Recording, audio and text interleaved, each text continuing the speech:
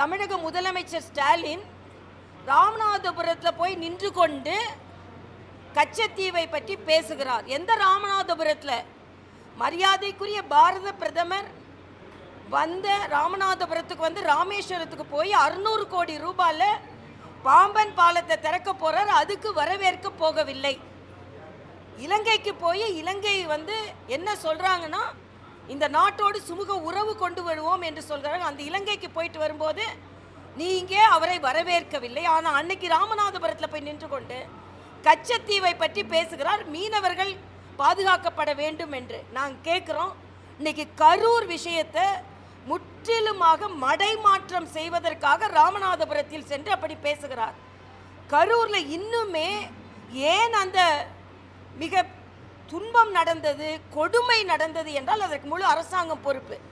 அரசாங்கம் எந்த வகையில் அனுமதி கொடுக்க வேண்டுமோ அந்த வகையில் கொடுக்கல.